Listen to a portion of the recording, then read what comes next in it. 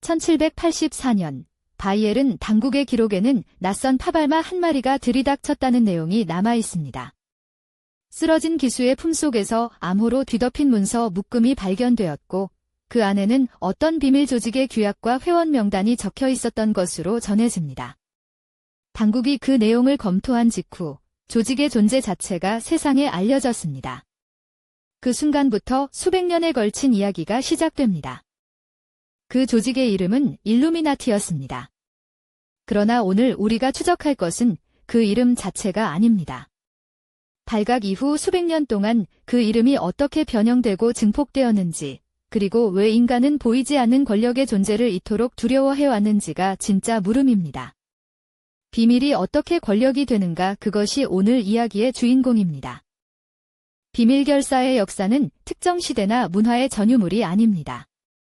고대 이집트의 신전비, 중세 유럽의 석공 길드, 르네상스 시대의 인문주의 서클까지 진간이 모이는 곳에는 언제나 외부에 차단된 내부가 존재해왔습니다.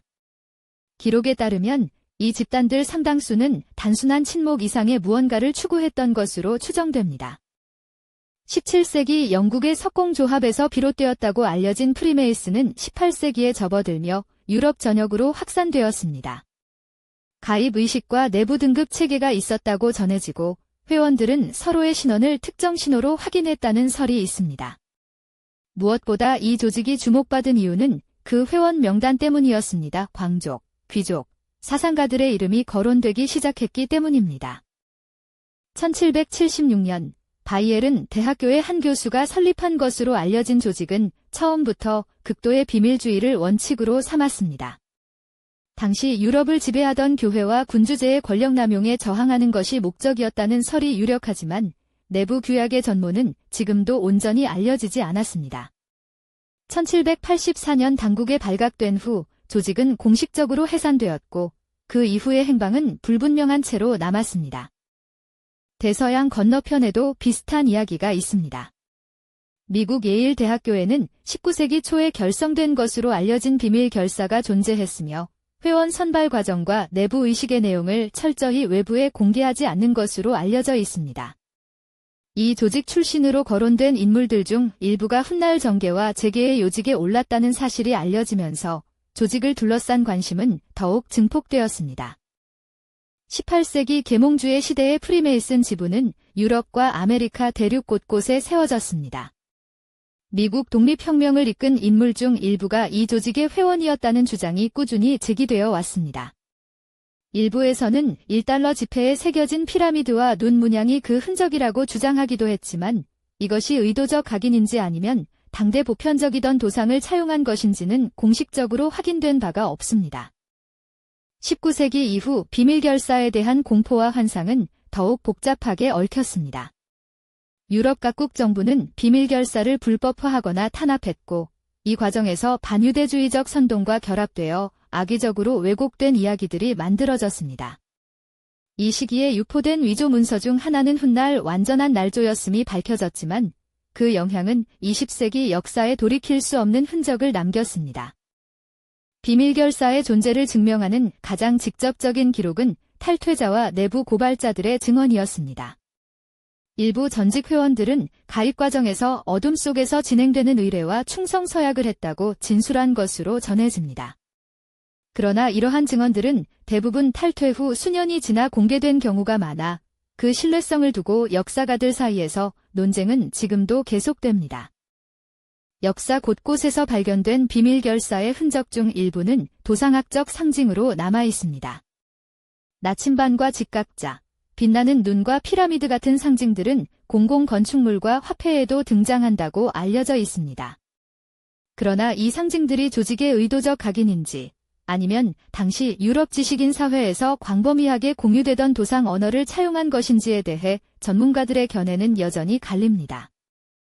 일부 역사 연구자들은 특정 역사적 결정들 조약, 정권 교체, 외교적 전환점계 이면에 비공식 네트워크가 작동했을 가능성을 조심스럽게 제기해왔습니다. 권력자들 사이의 비공식 모임이 공식 기록에서 누락된 채 진행되었다는 주장도 있습니다.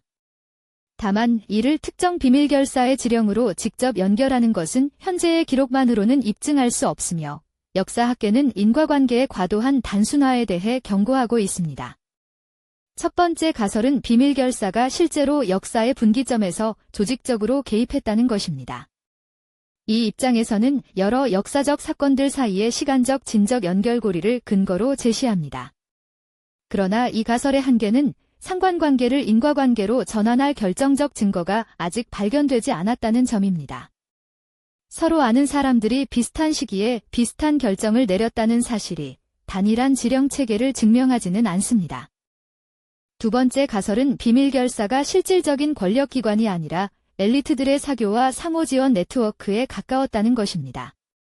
일부 역사가들이 프리메이슨 로지의 의사록을 분석한 결과 내용의 상당 부분이 철학토론과 자선사업으로 채워져 있었다는 주장도 있습니다. 이 가설에 따르면 비밀이라는 형식 자체가 조직의 배타성을 유지하는 수단이었을 뿐 세계 지배와는 거리가 멀다는 결론에 이릅니다. 세 번째 시각은 심리학과 인지과학에서 나옵니다. 인간의 뇌는 혼돈 속에서 패턴을 찾도록 설계되어 있다는 것입니다. 전쟁이나 경제 붕괴처럼 통제할 수 없는 거대한 사건이 일어날 때 우리는 본능적으로 그 뒤에 의도를 가진 존재가 있기를 원합니다. 누군가 계획했다는 설명이 그냥 일어났다는 설명보다 심리적으로 더 안도감을 준다는 연구 결과도 있습니다. 이 가설에 따르면 비밀결사에 대한 공포는 인간 인식 자체의 산물일 수 있습니다.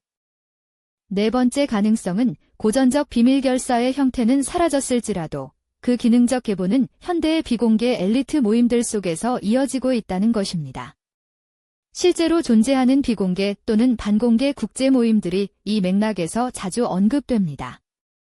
그러나 이 조직들은 존재 자체는 이미 알려져 있으며 연구자들은 이를 음모론적 단정보다는 투명성의 부재를 둘러싼 민주주의적 논쟁으로 접근하는 것이 더 생산적이라고 지적합니다.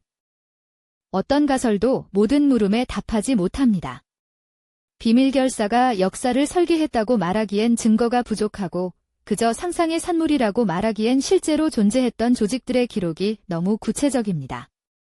비밀이라는 행위 자체가 이미 하나의 권력입니다. 알고 있지만 말하지 않는다는 것, 존재하지만 보이지 않는다는 것 그것만으로도 인간은 충분히 오래, 충분히 깊이 두려워해왔습니다. 수백 년 전 바이에른의 진흙 위에 떨어진 그 문서 묶음은 그 안에 무엇이 담겨 있었든 간에 하나의 질문을 역사 속에 심어두었습니다. 보이지 않는 손이 정말 존재하는가? 그 답을 우리는 아직 모릅니다. 혹은 어쩌면 그 질문이 계속 살아있기를 원하는 누군가가 있는 것일지도 모릅니다. 당신은 어떻게 생각하십니까?